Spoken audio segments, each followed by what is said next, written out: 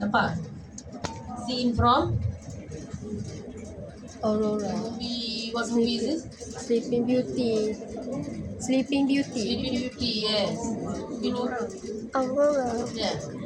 What else? This is Sleeping Beauty. Okay, so just to show you, you know the spindle that she pricks her finger with, the shape of it because it has the thread a lot around it lah kan, the benang untuk jahit.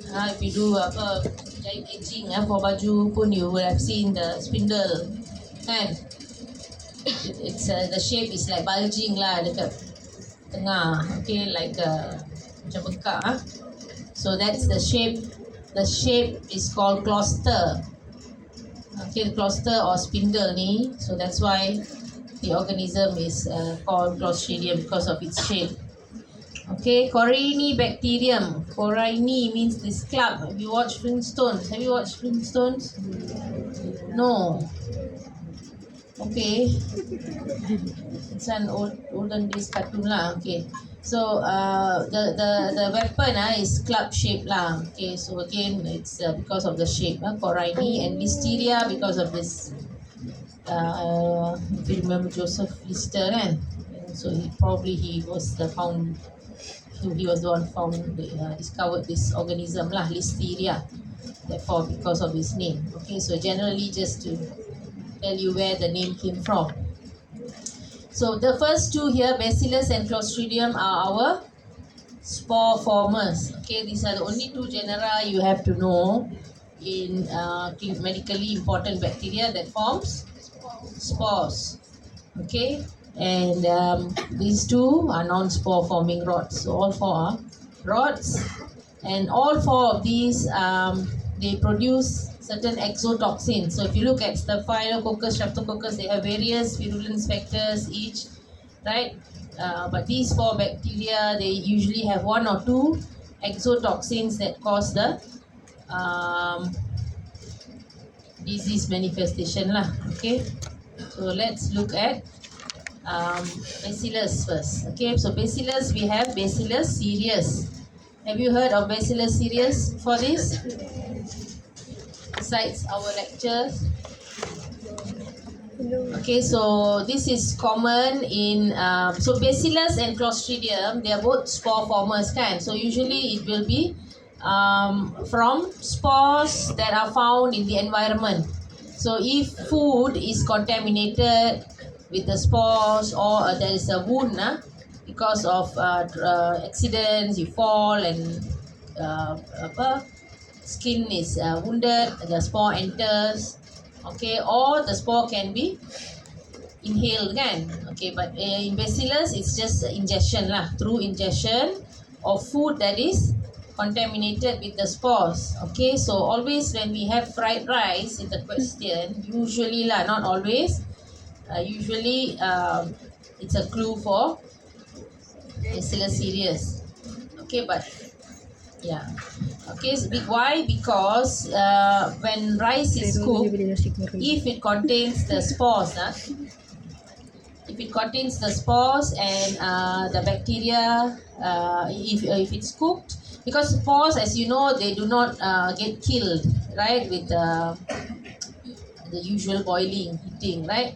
So if it's left to at the room temperature. Okay, why fried rice? Because fried rice we always use leftover rice kan. Yes. So leftover rice, if there is spores in it and they start if the condition is nice and warm, you put it on the at room temperature without refrigerating. Okay, so if leftover rice pun must refrigerate lah kan after cooking. So if it's left to germinate, the spores left to germinate, and then it produces probably the bacteria multiplies and then it can produce toxin and cause. And when the fried rice is made,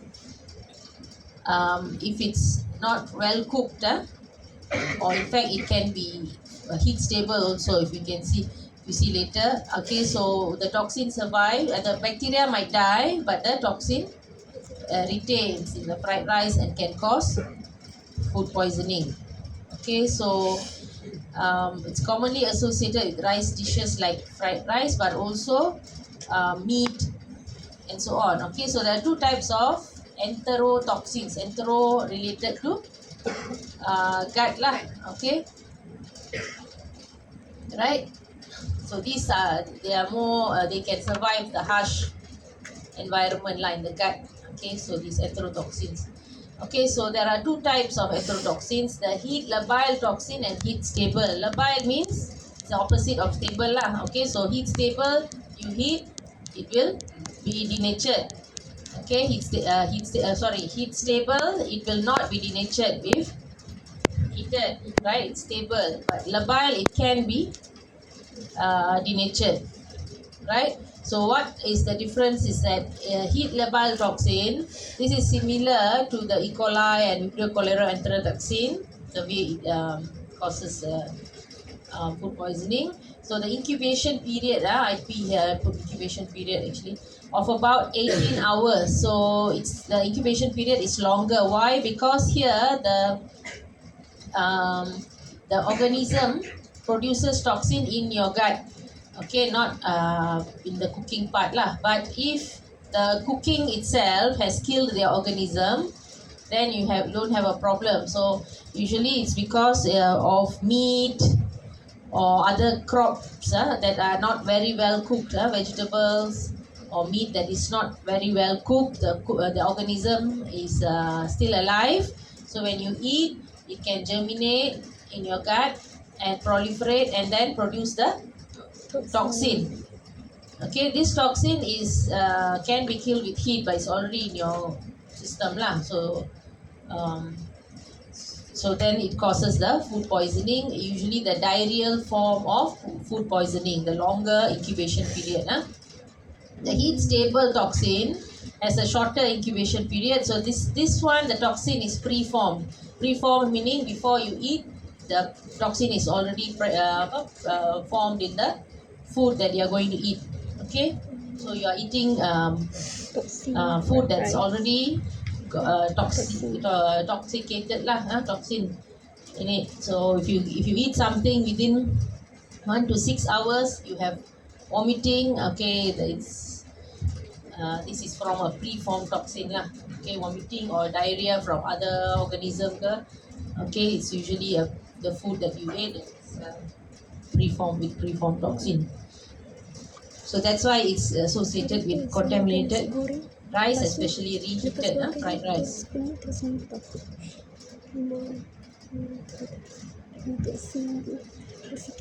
Okay, how is it diagnosed? Usually no diagnosis is done lah, because the organism is not going to be there in the stool or in the food, right? So treatment is just symptomatic. You shouldn't give antibiotics lah, because there's no bacteria to be killed pun. Okay, so use of antibiotics must be cautious, because you don't want to cause antimicrobial resistance to develop unnecessarily, right? So if you don't need antibiotics, don't need to prescribe that. Okay, so for serious, no need antibiotics.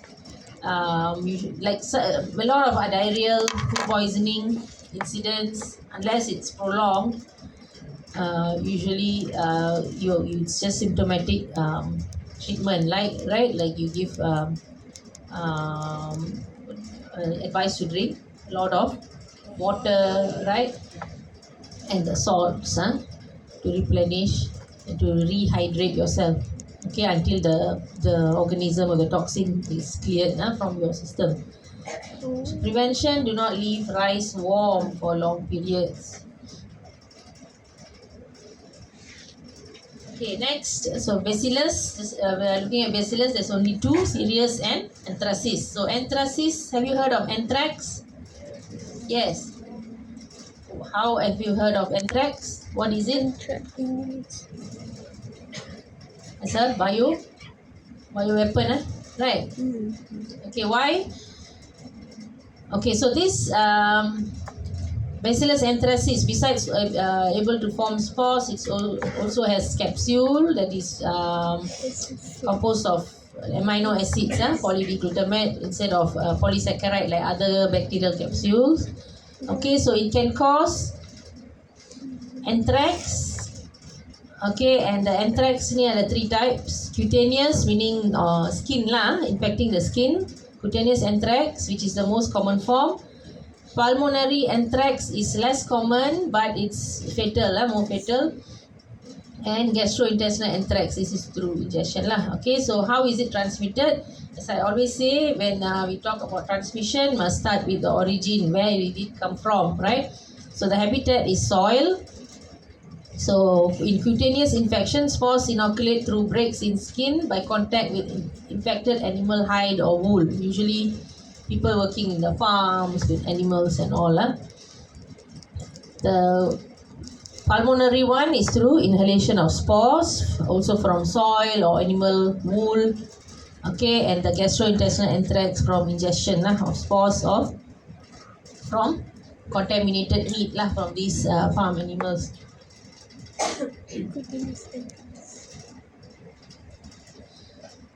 Okay, so this is cutaneous anthrax. So the incubation hour, it's from hours to 7 days. It can incubate. So it causes small itchy raised area on the skin surrounded by blister-like lesions. Okay, and the blister ruptures to form painless ulcer, which is called a scar. It's called an scar with a black necrotic center. Okay, profound edema around lesions, and it can invade lymph nodes, bloodstream, and can be fatal but rare lah. Okay, death usually only 20%, but this is rare. The pulmonary anthrax, okay, or wool sorter's disease. You know why it's called wool sorter's disease? You know who are wool sorters? You know when sheep they have thick wool kan, kambing biri-biri. We don't have here kan? Ada? Kawasan gunung-gunung ada? Ada? Yeah, okay, so these sheep ni, they have very thick wool, but during summer, and the weather becomes hot, I used to think that this is cruel to shear the wool to make your jacket and all, but actually during summer, if they don't shear it, that means to shave it off, the wool, they become hot and they can die of heat, the sheep, because of the heat. So that's why it's good to shear or shave off the wool. So, and then there is these workers who work to sort, a lot of wool kan, the farms and all, so they have to sort it out. So that's why they're called wool sorters lah. They have their job too. Okay, so it's called wool sorters disease because when they are doing it, they can inhale the spores. Okay, and inhaled spores can be transported to lymph nodes, and only in an infection, as I said before, you don't see the spores, only the encapsulated bacilli can be noted, and the incubation period can be from 1 to 6 days to up to more than a month. Okay, so hemorrhagic lymphadenitis in the mediastinum is spread into bloodstream, sepsis, and cause toxemia. Okay, so can cause fever, non-productive cough, dyspnea, chest pain, like pneumonia-like symptom, but it's actually pulmonary edema because of the immune response, fluid build-up in the lungs. And in almost 100%, there is people who are infected with this. Can cause mortality lah. Okay, so that's why it's a very it's a potential bioweapon, because you can send the spores in an envelope and cause people to inhale it easily and 100% death lah, right? So that's it's always called a bioweapon, but I've not read much into that. Okay, the third form is gastrointestinal anthrax. So these sheep or any farm animals that come in, they have spores on their body, and if the meat is not cooked properly, can cause food poisoning lah. Okay, gastrointestinal anthrax, causing fever, acute gastroenteritis, vomiting blood, okay, and bloody diarrhea. So 25 to 60% here. So it's important for food to be well cooked. So the toxins, there are two exotoxins, edema toxin and lethal toxin. So each consists of an AB subunit. I've said before this, the toxins with AB subunit, they have A for the activity, the A part which has the potent activity, and the B part that binds to specific cell receptors, and it mediates the edema factor and lethal factor, or lethal factor in the toxin. So edema factor is an adenylate cyclase, so it can cause severe edema. So adenylate cyclase increases the CAMP. I'm sure you are better at this, all these biochemical, what do you call that, all the signaling pathways you learn in biochemistry kan. Okay, so it results in loss of chloride ions and water and forms the edema. A lethal factor is a protease. KPA is a protective antigen, forms a lethal toxin, tissue necrosis and death. Okay, so this is very very rare in our country. I mean, we don't have Bacillus anthracis, but it's just good to know lah. Okay. So how is it diagnosed? With gram staining, it's non-motile. Then a rise in antibody titer in indirect hemagglutination test is diagnostic for it. Treatment with ciprofloxacin and doxycycline. Actually, penicillin also works, but for fear of, as a bioweapon, penicillin can be modified and cause resistance. So cipro and doxycycline is used. Prevention, there is vaccine, but not for everyone, for those in high-risk occupation like the wool sorters, right? And also for military personnel, there is vaccine. Okay, next, so that was Bacillus. Okay, so now we look at Clostridium, our second rod, for gram-positive rod. Okay, so again, spores, the some of it can be found in gastrointestinal tract and some in the environment. They can cause generally there are 4: botulinum, tetani, perfringens and difficile. Yesterday we saw one group presenting on Clostridium difficile kan. Okay, so they can harm the human host by secreting extremely powerful exotoxins and enzymes. Okay, so number 1, Clostridium botulinum. Botulinum I have mentioned during pathogenicity as well, right?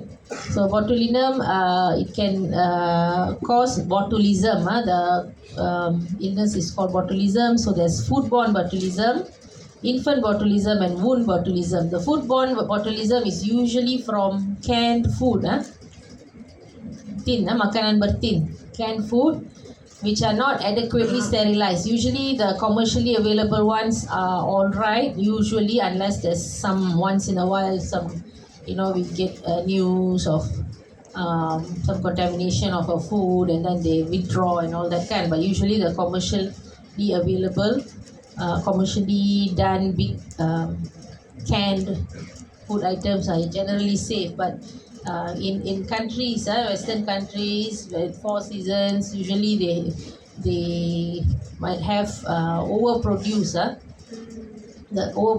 of a certain product during they are more harvesting season during summer and spring, and they tend to have more, and they can can it lah. They can can it to a supply for during winter, for example. Okay, so a lot of people they do it home at home, like home industry lah, small industries. So and then you get their products from like farmers market and all, okay, in overseas macam pasar tani sini kan, they make their own canned food. So this is sometimes not as safe as because they don't do it all the time, occasionally. So sometimes if certain steps are not taken, I think they go for courses and so on lah kan, untuk small industries ni. So if they don't sometimes if you see a can, they say if you see it bulging macam bengkak on the top or the side, it's usually because what does it mean? There's gas lah kan. So if there's gas, that must be some live activity inside that. So usually pun we don't buy anything that's out of shape kan, right? So so from this canned food, that's because the spores that are contaminate if they're not properly sterilized before canning, they can germinate inside the can and multiply and then form toxin lah, okay, toxin, but they are usually heat labile. Okay, so even heating also doesn't kill it. Okay, sorry, the heating kills, but sometimes canned food people don't heat, they just eat like that. It's not unsafe lah if the canning is not done properly. Infant botulism is due to ingestion of fresh, usually unsterilized honey. Okay, honey is there's always a lot of spores. If you look at honey under the microscope, you will see spores inside, large spores. In adults, we are it's all right, okay, to drink unpasteurized honey, although it's not advisable, okay, but especially in babies, some cultures they give honey when the baby is born. This is quite dangerous lah, especially if the honey is unpasteurized, or even generally pun it is said not to lah, even pasteurized, okay. Because again the spores present in the honey can survive preformed toxin and then cause infant botulism. Okay, and wound botulism, this occurs when spores get into open wound and it's less common. Okay, so botulism ni it's caused by the virulence factor botulinum toxin, which is a neurotoxin that blocks release of acetylcholine, which is a neurotransmitter, betul, right, from presynaptic nerve terminals, causing flaccid muscle paralysis. Flaccid meaning loose. So as you see the baby here can't contract muscle, so there's a flaccid. It's called flaccid paralysis. As compared to later you see tetani, it causes rigid paralysis, the opposite of this. Okay. And I said before, okay, in Botox, okay, it's used a little bit it's actually botulinum toxin, okay, that's modified for use to prevent wrinkles and features. Okay. Lab diagnosis, it's usually not cultured. Gram stain, sometimes even in gram stain you can see spores, but we can do spore staining as well.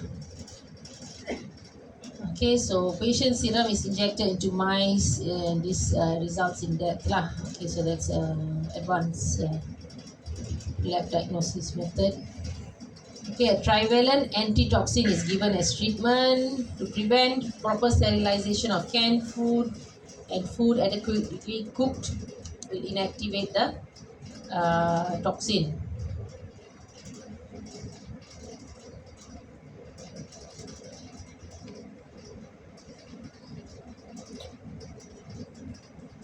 Okay. Okay, so this is just a read up on the Botox lah, if you want to read. Okay, so just now I told you Clostridium botulinum produces the Toxin. botulism toxin kan, botulinum toxin, okay, which is a neurotoxin. And there's another one, Clostridium tetani. Okay, tetani causes has the tetanospasmin toxin. Okay, so the difference is shown here, how it works. Okay, so botulinum toxin, it blocks release of acetylcholine and stops muscle contraction, right? Whereas in tetanus toxin, it prevents the inhibitory neurotransmitter, right? Like GABA, and this prevents relaxation of muscles, right? So I think the inhibitory neurotransmitters are there so that your muscle doesn't so that it can contract and release kan. So it just inhibits. So here the toxin inhibits the release of the inhibitory neurotransmitter like GABA. Okay. So this prevents relaxation of muscles. Here it prevents contraction of muscles. So that's why the baby is like floppy. They call it floppy baby disease. Loose lah. But in tetani, it's rigid. Okay, the body becomes rigid. Okay, like here. Okay, the fingers are rigid at the back. This is a very severe case of tetanus lah. Okay, it's a very old photo. Okay, so can break bones and can be fatal. So let's look at tetani. Gram-positive rod-weak spores. Okay, so it's a serious bacterial disease that affects the nervous system. Painful muscle contractions, particularly jaw and neck muscles. Tetanus can interfere with ability to breathe and threaten life, commonly known as lockjaw. Jaw is so again from soil. This is through traumatic breaks in the skin. Are we covered for this? Is our vaccination covered for this? Yes.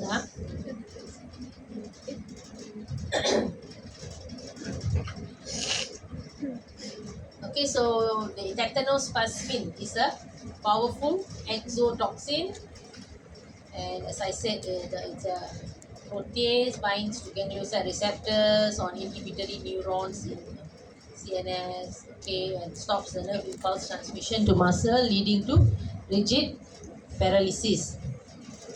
Okay, so severe unregulated muscle contraction and spasms that can be fatal. Okay, so clinical diagnosis, meaning from by looking at the clinical symptoms, the lab tests are not usually done. Treatment through cleaning of wounds, okay, especially in accidents, severe accidents. Cleaning the wounds has to be promptly and cleaned thoroughly. Immediate passive immunization. Passive immunization meaning you give the antibody kan, right? Active is you produce yourself by getting infected, right? So with the anti-tetanus serum, penicillin and active immunization, tetanus toxoid. This is in our vaccine. DPT, DPT covers for Dehydrofiber. that. Besides T tetanus, D is what? Defiber. Yeah. Diphtheria. P is recently there was a case, I think from Medina pun ada pertussis, diphtheria, pertussis and tetanus. So probably the case that occurred pun because of did not vaccinate lah the children, maybe lah, but we don't know. It wasn't I don't know what that was revealed. Okay, so during the pandemic pun, I think a lot of people missed their vaccination. right? Yeah, so that has to be looked into lah. I think sometimes they have public vaccination nowadays here and there, right? For those who have missed, especially the babies. When tetanus, you get it once in your baby, and then I think about 15 years old, you get again, right? Usually like nails and all, like the karat. If you accidentally um, um, cut yourself and all, it's important to go check, kan? Okay, next, perfringens. So we saw about Clostridium botulinum, Clostridium tetani, now Clostridium perfringens. So this one causes gas gangrene, gangrene or myonecrosis, and as well, and can also cause food poisoning. Okay, so it's obvious lah. Okay, myonecrosis from wound, spores entering wound. Food poisoning is ingestion of contaminated food. So the toxin is an alpha toxin for the gas gangrene in wounds. It's an alpha toxin, which is a lecithinase that can cleave cell membrane. Okay, and it can produce pores or channels to and cause lysis of white blood cells, red blood cells. Okay, and the organism itself. Yeah, one thing I forgot to mention is Clostridium is anaerobic. Anaerobes, they ferment, they ferment, produce a lot of gas. Okay, here, so once it enters the tissue, the gas is produced, causing accumulation of gas bubbles in the subcutaneous space and causes a crinkling sensation, like a feeling of gas in the wound, crepitation. So that is by the alpha toxin. Okay, so Clostridium perfringens, alpha toxin. And food poisoning due to contaminated meat products, spores survive, germinate, produce enterotoxin. So this is two different toxin lah. Okay, this is alpha toxin and this is enterotoxin. Okay, I think the alpha toxin doesn't survive in the gut. Okay, so therefore, whereas the enterotoxin is more stable there, and it acts as a super antigen like Staphylococcus aureus. Okay, causing food poisoning. So usually meat products lah, all these that we saw. And botulinum we saw honey as well, right? How is it diagnosed? You can look at gram stain smear, anaerobic culture. Okay, spores are usually not seen in the clinical culture. As I said before, they are happy to germinate, right, in the tissue, so they will produce spores. Okay, this is a test that done in the lab, but it's not commonly done, but it is an important, it's good to know, important to know, because it helps you to actually remember the concept lah. Okay, so the lecithinase that it produces, okay, or the alpha toxin, is detected on egg yolk, agar. Okay, egg yolk ada lecithin kan, lecithin. So if there's lecithinase, it will cause, it will react on the egg yolk agar and produce this opacity. Positive nucleus. Due to precipitation of the fat.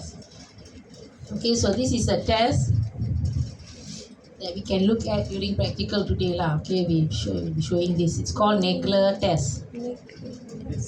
Nagler's test.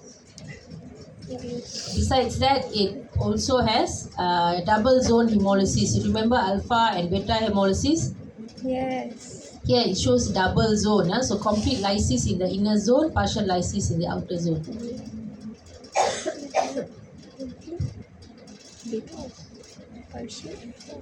Treatment through surgical removal of the dead tissue. Okay, large doses of antitoxin and penicillin and oxygen under pressure.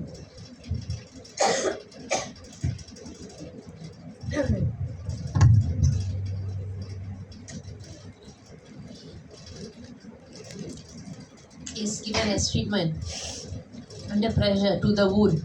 Because it's an anaerobe, oxygen is toxic for it. Okay. Prevention is prompt cleaning of deep-seated wounds. Okay, deep wounds. Okay, so this is myonecrosis lah, gas gangrene.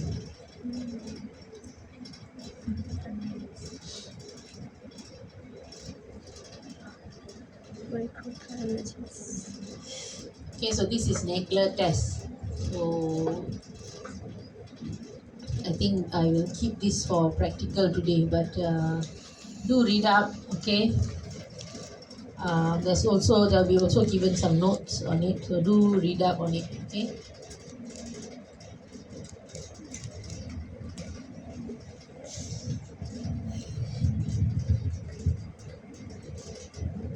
Okay, so this is the double zone hemolysis. I said beta or complete hemolysis in the middle, right next to the organism, alpha hemolysis surrounding it, but not often you can see this, so usually we show a picture lah. I don't know if we have a fresh culture today.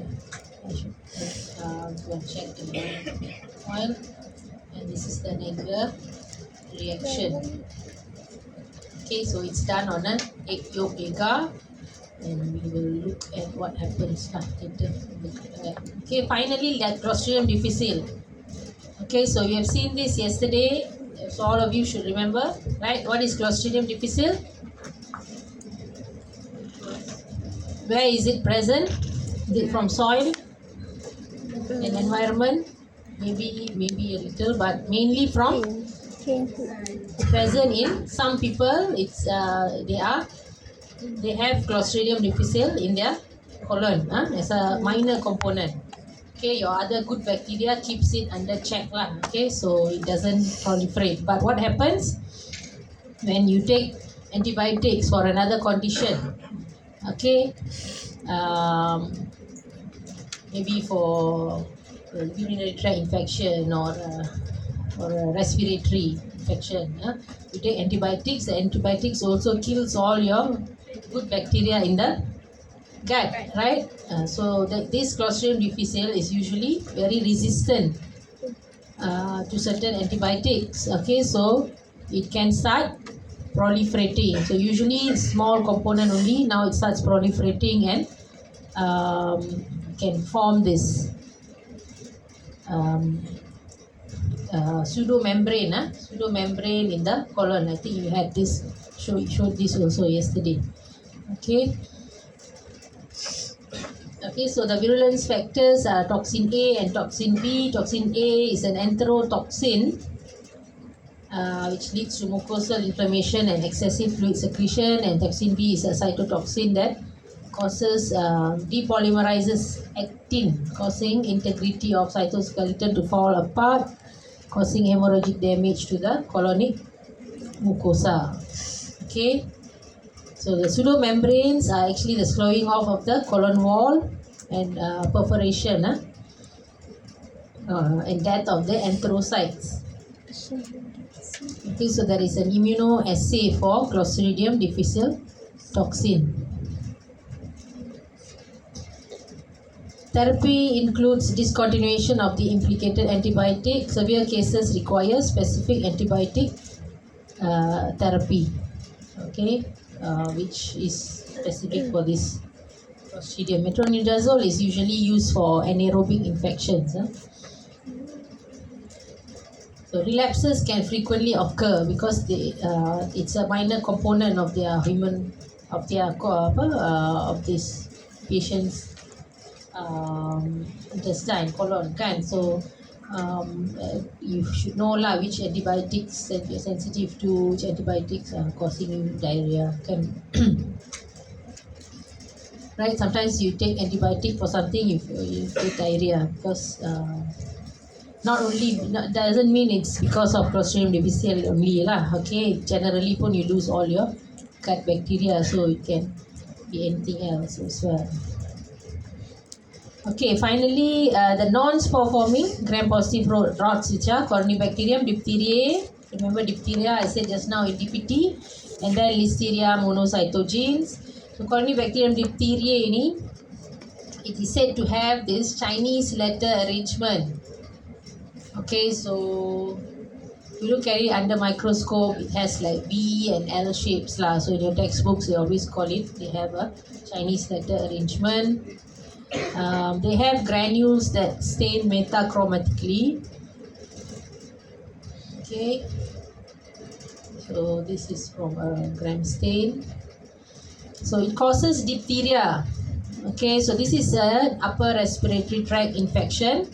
Colonizes the pharynx, forming an adherent, thick and greyish pseudomembrane. So again, there is a pseudomembrane that in the throat, and it's like thick like leather. You know, leather. Another word for leather is diphtheria, I think, in some Greek or what language. So that's why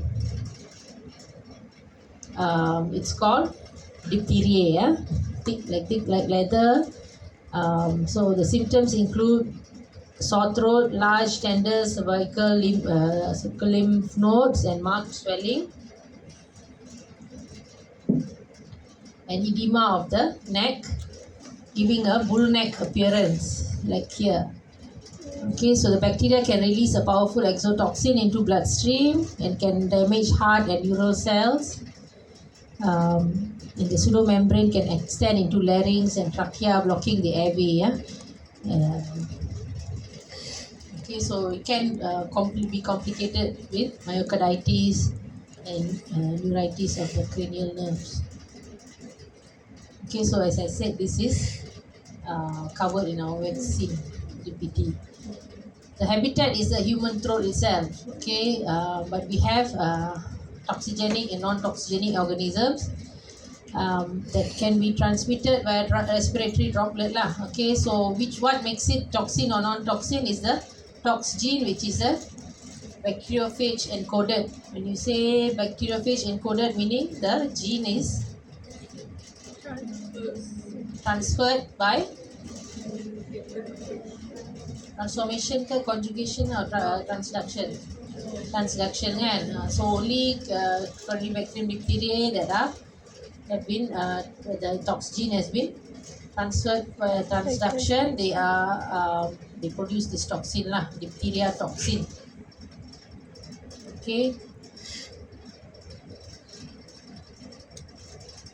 so for lab diagnosis, you take throat, nose swabs, gram stain them and culture. They form black colonies on potassium telluride agar. I think you saw this last lecture juga kan, last practical. In the Albert stain, it produces these granules, energy storage granules, which can be stained with methylene blue. Okay, so it's called Albert stain. You have it in your SLP as well.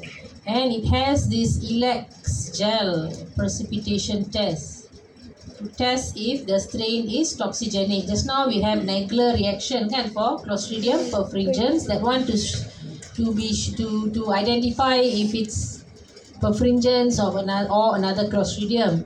Here you have Elex gel precipitation test to test whether it is a toxigenic diphtheria or non-toxigenic diphtheria. Okay, so the test looks something like this. We will go through it during practical lah. Okay, so do read up on it.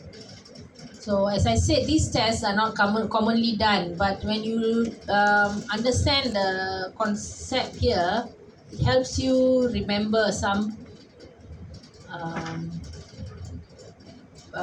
points lah. Okay, so it gives you a better idea about the concept lah. Okay, for example here, it will help you remember diphtheria not all are toxigenic, right?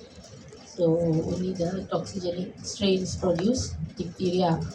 And how they become toxigenic? Through the tox gene transfer by transduction, right? How is it treated? Through immediate administration of antitoxin, and antibiotics, penicillin G, erythromycin. Severe cases, blocked airways might be opened surgically, for the removal of the pseudomembrane or bypass with a tracheostomy tube. Prevention, we have vaccine. Colonization is not inhibited, carrier state exists. Okay, so people can have it in their um, oral cavity. And diphtheroids are those other bacteria that have morphological features with Corynebacterium diphtheria, but they are not Corynebacterium diphtheria lah. So they are lain daripada diphtheria, they call diphtheroids. Okay. Yes. Okay, so they are usually contaminants in cultures from hospitalized patients and so on. But then they are increasingly also causing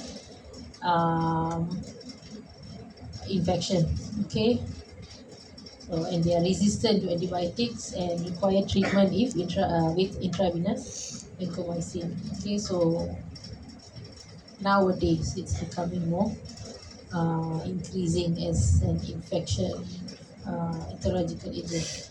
Okay, next, Listeria monocytogenes. Okay, Listeria monocytogenes, these are gram-positive of course, and they have a tumbling motility at 25 degrees Celsius. Okay, so this is an identification method, but of course not very commonly done. They can cause spontaneous abortion when transferred from mother to fetus across placenta, acute meningitis in newborn, meningitis and sepsis in immunocompromised adults, and gastroenteritis called listeriosis.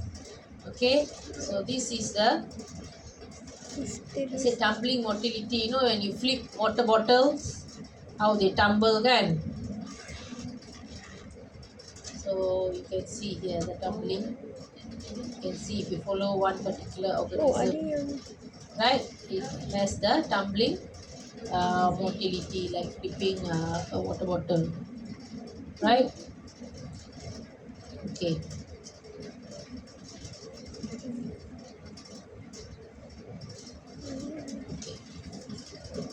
So this organism, it can colonize the gastrointestinal and the female genital tract. Okay, even it's also present in animals and can cause abortions in large animals, farm animals. Humans, transmission from mother to child across the placenta or during delivery. It gets transmitted, and ingestion of contaminated food lah, and the dairy products that are not pasteurized. Okay, another important reason why dairy products must be pasteurized, especially because this organism, it can grow at low temperature. At 0 degrees pun it can grow. So if you put in the fridge, it can multiply. Okay, so especially pregnant women, they shouldn't be taking unpasteurized milk, especially in the third trimester. The cell-mediated immunity is low. Okay, so the virulence factor is listeriolysin. Okay, that degrades cell membranes and it's able to live within cells. Okay, it's an intracellular pathogen. Okay, so if you look here, if you remember Mycobacterium the other day, it can avoid fusion with lysosome, forming phagolysosome kan, it can avoid. Here, what it does, it escapes phagolysosome, okay, by using the listeriolysin O, okay, which is a membrane damaging enzyme. So it escapes and then it forms this it polymerizes the host cell, the human cell's actin molecules, and like a rocket, it can polymerize and enter the next cell, okay, and spread from cell to cell. It avoids the immune system. Okay, so that's listeria.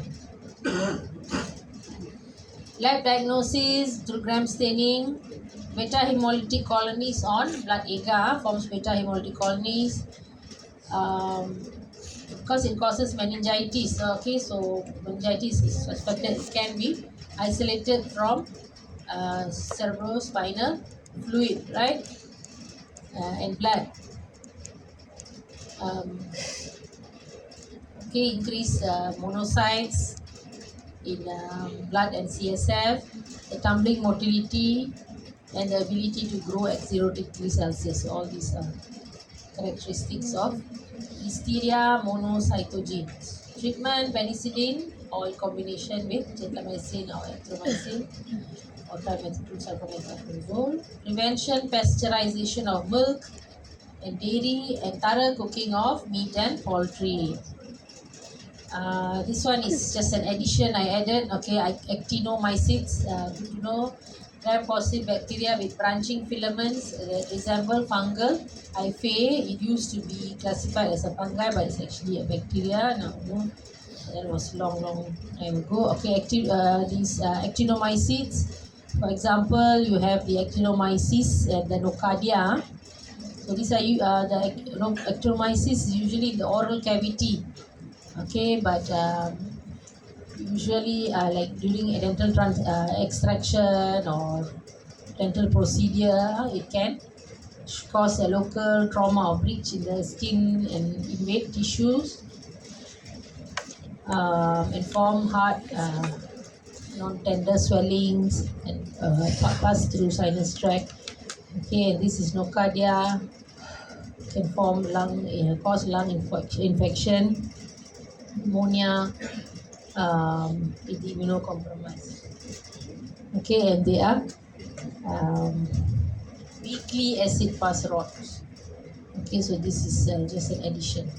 Okay, so that was our last slide. Okay, so in summary, this is what we have seen in gram-positive bacteria, fungi and rods. Any questions?